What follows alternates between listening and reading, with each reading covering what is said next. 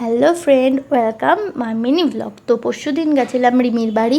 সেখানে গিয়ে কী করলাম সেটারই একটা শর্ট ভিডিও তোমাদের সাথে শেয়ার করছি। তো দেখো, আমি অটো করে নেমে টোটো করে ওদের বাড়ি চলে আসলাম। সিঁড়ি দিয়ে উঠেই ওর ঘর তো চলে যাচ্ছে। এরপরে গল্প টল্প করে ড্রেস দেখাচ্ছি কার জন্য কী কিনেছে। এই হলুদ এই চুড়িদারের পিসটা কিনেছিলাম কাকিমার জন্য, আর এই গ্রিনটা কিনেছিলাম ওর জন্য, আর এই ইয়েলোটা হচ্ছে ওর বৌদির জন্য, আর এইটা পার্পল টাইপের, পার্পেলও বলা যায় না, এই ড্রেসটা কিনেছিলাম সুরমির জন্য, আর হোয়াইটটা ওর দাদার মেয়ের জন্য। এর বাদে দুইজনে খেলছিল, আর আমার শাশুড়ি আর ওর মা গল্প করছিল। তারপরে ও সিঙ্গারা মিষ্টি আনলো, চাও আনলো। চা আমি খাইনি, সিঙ্গারা মিষ্টি খেয়েছিলাম। তারপর গল্প টল্প করে ও ড্রেসগুলো দেখাচ্ছিলো সবার জন্য, ও কী কেনাকাটা করেছে।